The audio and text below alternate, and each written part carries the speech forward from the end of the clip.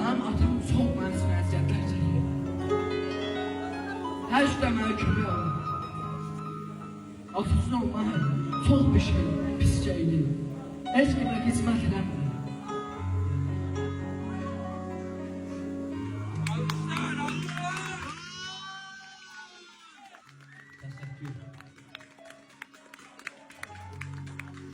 Oradan da zəhmətkeşdirlər.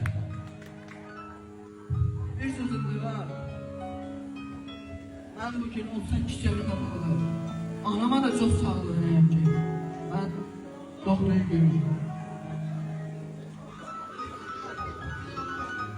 Bu sevin göz yaşlarıdır.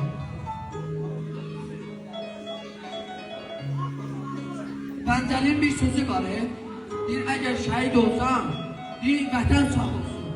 O sözü də mən deyirəm, əgər ölsəm, vətən sağ olsun.